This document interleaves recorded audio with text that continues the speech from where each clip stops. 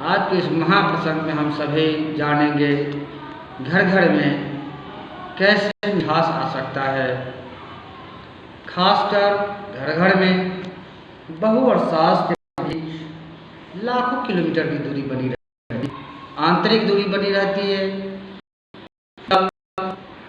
बहुत तर नहीं जाती है, आँख तरे उमेट कर बात करती है।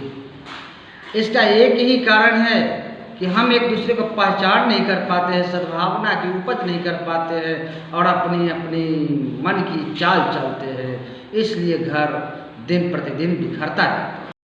आइए हम सभी एकजुट होकर मीठी भावनाओं के साथ एक छोटा सा दृष्टांत के साथ समझने की कोशिश करते हैं कि आखिर सास और बहू के प्रति कैसा सद्भावना होने की ज़रूरत है।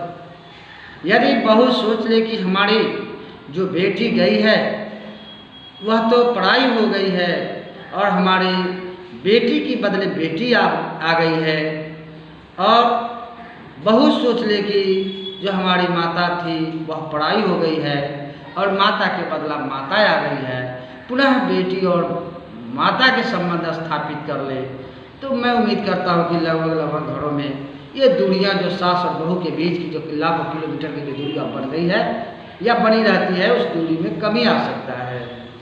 एक परिवार कोई खास ज़्यादा धनवान नहीं थे, फिर भी अपनी बेटी को अच्छे पढ़ाई लिखाई कराने के बाद उनकी बेटी अच्छी पढ़ाई लिखाई कर गई और नौकरी हासिल कर। जब नौकरी हासिल कर ली तो वह अपने से भी बहुत उच्च घराने में अपनी पुत्री की ब्याह कर लेते हैं। रक्षाबंधन की समय आता है, पिता फोन करते हैं बेटी रक्षाबंधन का समय है, मैं तुम्हारे यहाँ मिठाई लेकर आना चाहता हूँ। उन्होंने कहा कि पापा आप मिठाई तो लाओगे, लेकिन यहाँ पर हंसाई हो जाएगा, आखिर कितना लंबी परिवार है, ब्याह है, कहाँ कहाँ बंटवारा होगा, मिठाई आप कितना ला पाओगे पापा, आप इस फेरी में नहीं पड़िए, आप इस फेरी में नहीं पड़िए। कहा बेटी फिर भी मेरी सद्भावना बनता है, लाने की हार्दिक इच्छा हो रही, मैं क्या करूँ। उन्होंने कहा कि आप इच्छा बन रही है तो मैं क्या करूँ, आ जाइए। तो फिर भी उन्होंने अपने वक़ात के आधार से 5 किलो मिठाई खरीदते हैं। 5 किलो मिठाई, बेटी तो कहे कि पापा आने को आए यहाँ तो 15 किलो भी मिठाई कम पड़ जाएगा, इतना नौकर चाकर याद है, लंबी परिवार है, पापा ने 5 किलो मिठाई लेकर आए हैं, हंसाई होगा, बहुत कुछ मन ही मन कह रहे थे। लेकिन सास वो सोच रहे थे कि सास कहेंगे कि तुम्हारे पापा 5 किलो मिठाई लेकर नाम हंसाई करने के लिए आए हैं, लेकिन वह सास ऐसी भावना की नहीं थी। उन्होंने चुपके से नौकर को पैसा देते और कहते हैं, अरे बेटा तू कार लेकर जा और बाजार से 20 किलो और मिठाई लेकर आ जा, जो कि लंबा परिवार है और नौकर चाकर को भी आज रक्षाबंधन के हेतु मिठाई बांटना है।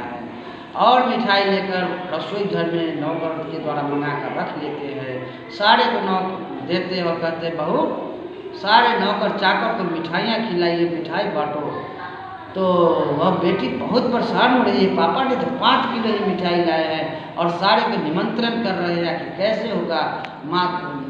बहू जो माता जो सास को मुस्कुरा कर कहती है, बेटा उसकी चिंता मत लो, बस तुम मिठाई बांटना जाओ। कि रसोई घर में जाकर सारे मिठाई के डब्बा खोलते हुए कहती है, सारे मिठाई बेटी आपका है, आपके ही पापा तो लाए, सारे मिठाई खुशी खुशी बांटो। वह देख कर बहू दंग रह जाते हैं, आखिर एहसास में कैसी अच्छी सद्भावना की उपज है। मेरे धर्म प्रेमी सज्जनों भाई बहनों, इसी सद्भावना की जरूरत है। और मुस्कुरा कर कहा, माता जी आप कितनी अच्छी सास हो, मेरे पापा ने तो मात्र 5 किलो मिठाई लाए हैं, आपने तो 20 किलो एक्स्ट्रा मंगा कर जैसे मेरी मान सम्मान ऊँचा किया है। और उन्होंने कहा कि ये सारे मिठाई तुम्हारे पापा लाए हैं, मानो कि तुम्हारे ही पापा लाए हैं। उन्होंने कहा कि हम में और तुम में भेद क्या रह गया बेटा, तुम्हारी घर की मान प्रतिष्ठा मेरी मान प्रतिष्ठा है और मेरी मान प्रतिष्ठा तुम्हारे मान की प्रतिष्ठा है।